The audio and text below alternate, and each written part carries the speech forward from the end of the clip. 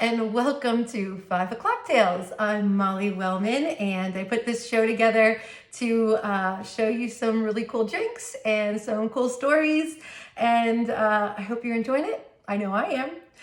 If you really do like this, though, consider giving to my Venmo or to our GoFundMe page. This helps my bartenders and I get through this crazy, surreal time we're going through until we get Japs back up and going. This is how I'm going to show you some cocktails. If you're making these cocktails at home, please show me. Send me a picture, send me a video, give me a cheers. I'd love to see. It's like the biggest compliment ever. All right. If not, I hope you're enjoying the stories. Let me know. All right. Well, let's get to it. We're going to make a really old drink today. This one dates back to about the 1840s. Now, think about that. That's before the Civil War, and drinks were so different then. I believe this guy was kind of one of the forerunners for bringing like these fancy, crazy drinks into popularity. His name was Peter Brent Brigman, and he had been born in Vermont, and then he moved to Boston, and he took over this concert hall and turned it into a saloon. And it became one of the most popular places in Boston. He put together a really complex cocktail list. He had about 7 different punches on it. He had mint juleps. He had all these different fancy drinks. Everyone loved it. Everyone loved it. Some people thought it was a little over the top, but they didn't care. They still packed the place. And even attracted a very interesting guy. There was this guy, he was a Tempest guy, and he happened to be in Boston, and I guess he was with a bunch of friends, and he happened to somehow wander into Brigman's saloon. Well, he got in there and he saw all these guys drinking the fancy drinks and having a rip-roaring time. You know, might have been a little drunk, possibly, most likely they were drunk. And this guy, Jewett, Dr. Charles Jewett, hated it. He thought Brigman was running all these guys into ruin, you know. He was the devil himself. So Jewett went home and he went and wrote about it, and he said, this is the reason why we need a temperance amendment. We need temperance in, America, in the world, really.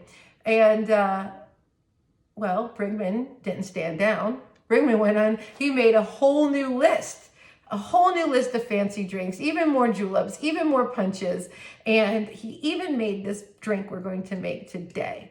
And he called it the moral suasion, just to kind of spite Charles Jewett, the temperance guy. So we're going to make it. Now, I had to change up some of the ingredients because the ingredients in the 1840s were a little bit different than what we have today. One in particular is peach brandy. Now, I'm not talking about peach brandy that's sweet and you find it like with the De Kuyper and stuff like that. I'm talking about real peach brandy. It's really not an easy one to find. I think a lot of it has to do with the fruit. Peaches were different then. There were different varieties back then. There were varieties that made sense for making brandy, I don't think we have those peaches anymore. I haven't seen them. I've only found one peach brandy that really knocks my socks off, and it's not an easy one to find. A little craft distiller out of Denver. So I had to kind of improvise, and I like doing things local. So we're going to use an apricot brandy that's made right here in Cincinnati. I think it works really well, and this drink is just wonderful. So we're going to start with our apricot brandy. Now, that's made right here in Cincinnati.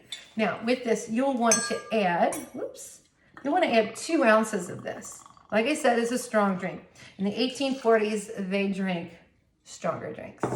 Okay, so got your apricot brandy, which will be just fine, and then triple sec. You're just going to add 1/4 ounce. Okay, this is really easy. 1/4 ounce of the triple sec, 1/4 ounce of honey syrup. Now, honey syrup is really easy.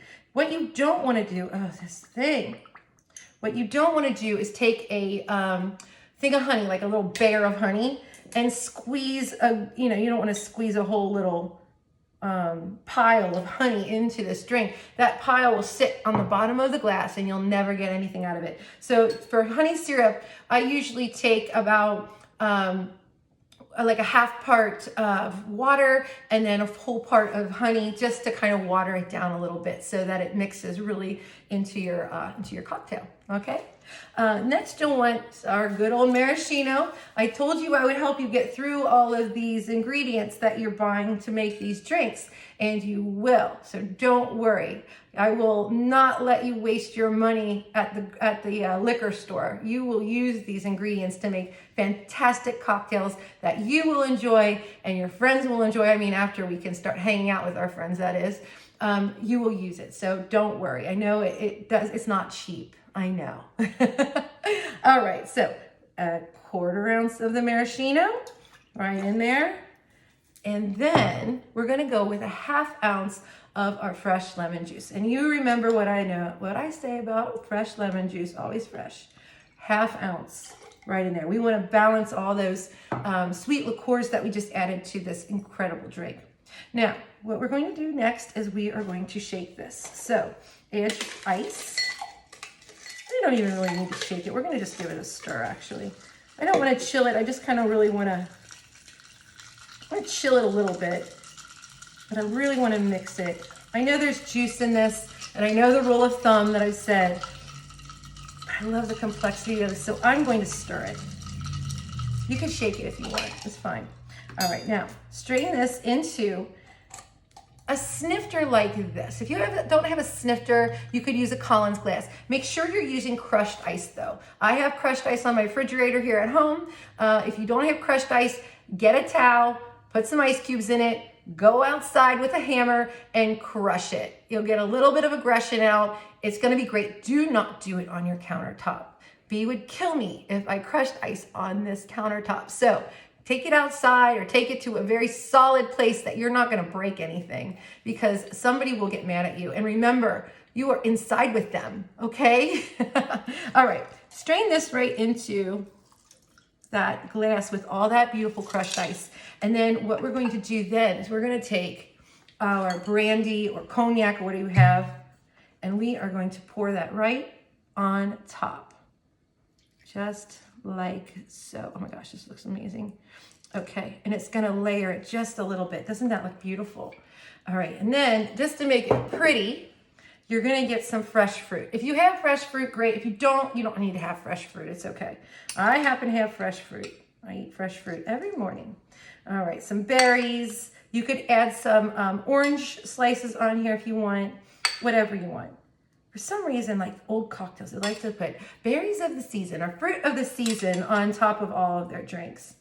And with this also, I know it's kind of not PC, but if you have a straw, you'll want to use a straw. If not, it's not a big deal. You just don't want to have, a face full of ice come, and pour right on you. Back in the old days, they used to call those nose coolers. I kid you not. Nose coolers. So I guess it would be very PC to have a nose cooler today, but if not, this is a wonderful drink. Again, this is the Moral Suasion. It's from the 1840s and it is absolutely scrumptious and you are going to love it. Cheers, everyone. Again, if you want to help sponsor my show, give to my Venmo or the GoFundMe page. And I really appreciate it. I miss you all. I can't wait till this is all over and I can actually just make this for you at the bar. But until then, happy drinking. I'll see you again